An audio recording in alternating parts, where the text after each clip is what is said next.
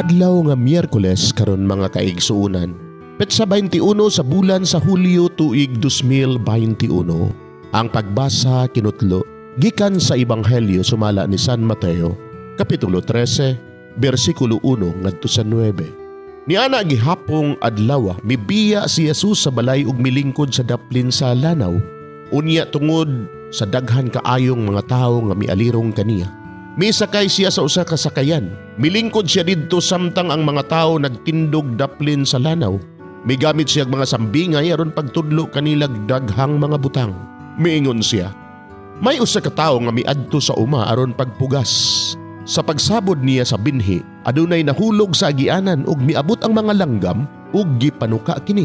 Ang uban nahulog sa yuta nga batuon ug nanurok dayon, kay jutay raman ug dili lawom ang yuta niini. Apan sa pagsubang na sa adlaw, nalaos ang bag-ong nanurok ug kay wala man makagamot pag-ayo, nangalaya dayon kini. Ang ubang mga binhi didto nahulog sa dapit sa mga tunokong sagbot. Nanubo ang mga tunokong sagbot ug gilupig ang mga bag-ong tanom.